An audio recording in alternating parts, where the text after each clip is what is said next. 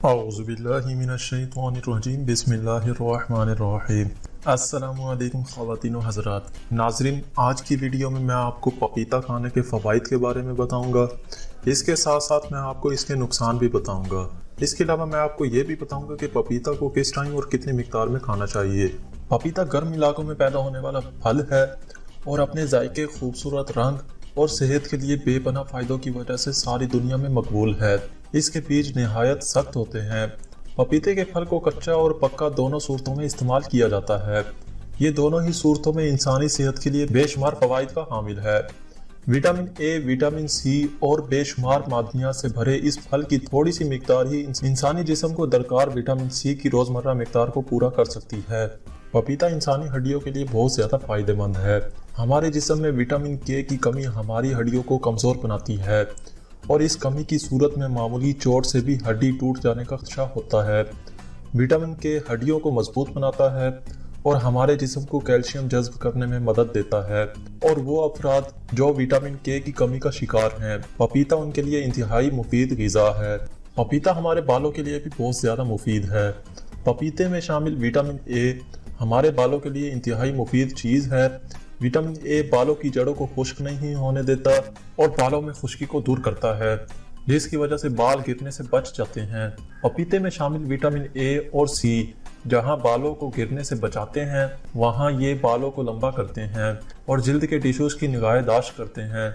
नाज़रीन, आगे बढ़ने से पहले अगर आपने इस चैनल को सब्सक्राइब नहीं किया तो प्लीज़ इसे सब्सक्राइब करके बेल आइकन को दबा दें ताकि आपको हेल्थ के रिलेटेड वीडियोस मिलती रहें। आपका सब्सक्राइब करना हमें बहुत ज़्यादा अच्छा लगता है, जिसकी वजह से हम आपके लिए वीडियोस ला पाते हैं। उम्र गुजरने के साथ साथ इंसान का खून गाढ़ा होने लगता है, जिसकी वजह से कई सेहत के मसाइल पैदा होते हैं जिनमें दिल की बीमारियों जैसी और कई बीमारियां शामिल है।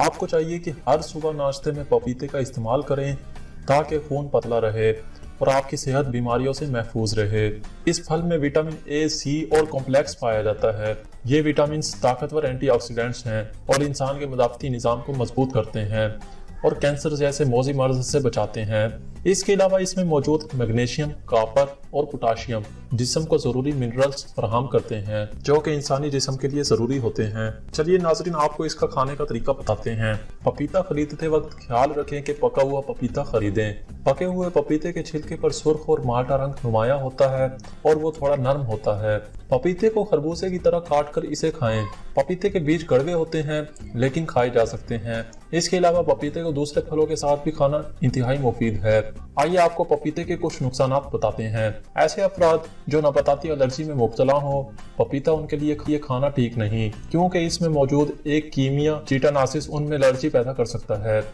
इसके अलावा पके हुए पपीते की बू कुछ लोगों को नागवार होती है, मगर इस बदबू को पपीता काट कर उस पर नींबू का रस लगाने से खत्म किया जा सकता है। पपीते के बीजों का जायका भी मजेदार नहीं होता, लेकिन पपीते के बीज खाए जा सकते हैं।